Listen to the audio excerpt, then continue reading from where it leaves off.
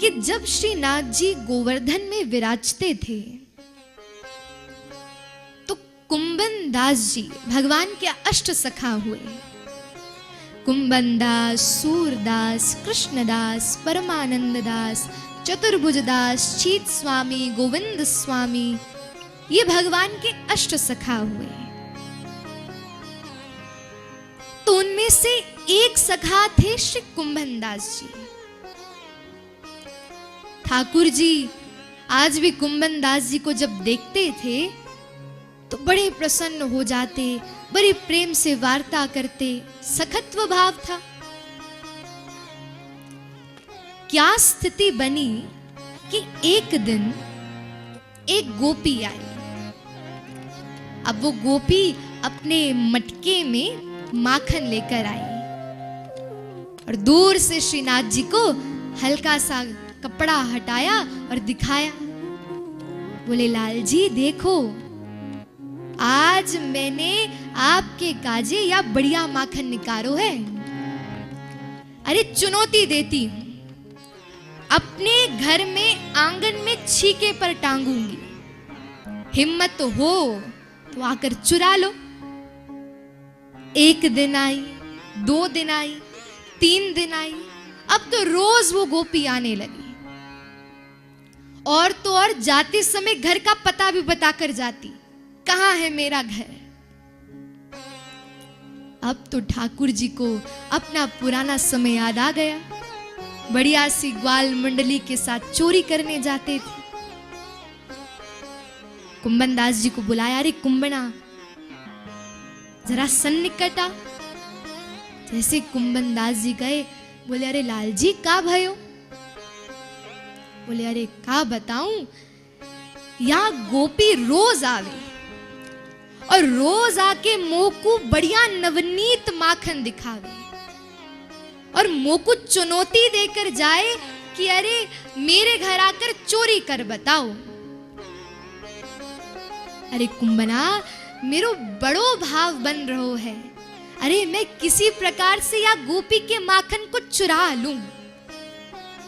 कुंभन दास जी बोले लाल जी अरे अब तो भगवान बन गए, या मंदिर में विराज रहे हो, सुबह शाम लोग आपकी आरती उतारते, अरे बढ़िया बढ़िया भोग पवाते, आपको माखन ही तो पाना है, मैं पवा देता हूं। ठाकुर जी बोले अरे नहीं, जो आनंद चोरी करके पाने में है वो यह साधारण से माखन में नहीं होता। बोले ठीक है लाल जी, बताइए का करनो है। बोले अरे कुंभना ऐसा करना कि रात्रि में गोसाई जी या पीछे की खिड़की को खुला छोड़ देते हैं, तो तू रात्रि में आइयो और मोकू कंधे पर बिठाकर या गोपी के घर जाएंगे और प्रेम से चोरी करेंगे। कुंभन दास जी बोले अरे लाल जी ऐसी वृद्धावस्था आ गई, आज तक कभी चोरी ना किया, लेकिन देख लो आपके काजे का करनो पड़े। ठाकुर जी बोले अरे हर वस्तु का अनुभव होना चाहिए जीवन में, चल रात को आ जाइयो। जैसी रात्रि हुई तो कुंभन दास जी तो पहुंच गए, और जैसी गए तो ठाकुर जी निकले और कुंभन दास जी के कंधे पर बैठ गए। देखिए कैसा सुख देते हैं ठाकुर जी, अपने सखाओं को, अपने भक्तों को, अपने वैष्णवों को कितना प्रेम देते हैं। अब ठाकुर जी बता रहे हैं अरे कुंभना सीधे चल, अरे आप बगल की गली में मुड़ जा, अरे नहीं नहीं ये वाला घर नहीं अगला घर है। कुंभन दास जी बोले लाल जी आपने तो पता भी ढूंढ रखा है। बोले अरे नहीं नहीं वो गोपी रोज आती थी और रोज पता बता कर जाती थी। बोले अच्छा अच्छा। जैसे ही गए तो सामने आंगन में मटकी टंग रही थी। जैसे ही देखा ठाकुर जी बोले अरे कुंभना वो रहा माखन, चल फटाफट पकड़ ले इस माखन को। तो नीचे कुंभन दास जी खड़े और ऊपर ठाकुर जी खड़े, और बढ़िया दोनों हाथ माखन की मटकी में डालकर खूब प्रेम से माखन पवा रहे हैं। स्वयं पाते, फिर उसी हाथ को श्री कुंभन दास जी को पवाते हैं। और कुंभन दास जी तो हा ठाकुर जी के उस मुखार विंद का, ठाकुर जी के मुख का रसामृत लेकर बार बार ओतप्रोत हो रहे हैं, इतने प्रसन्न हो रहे हैं।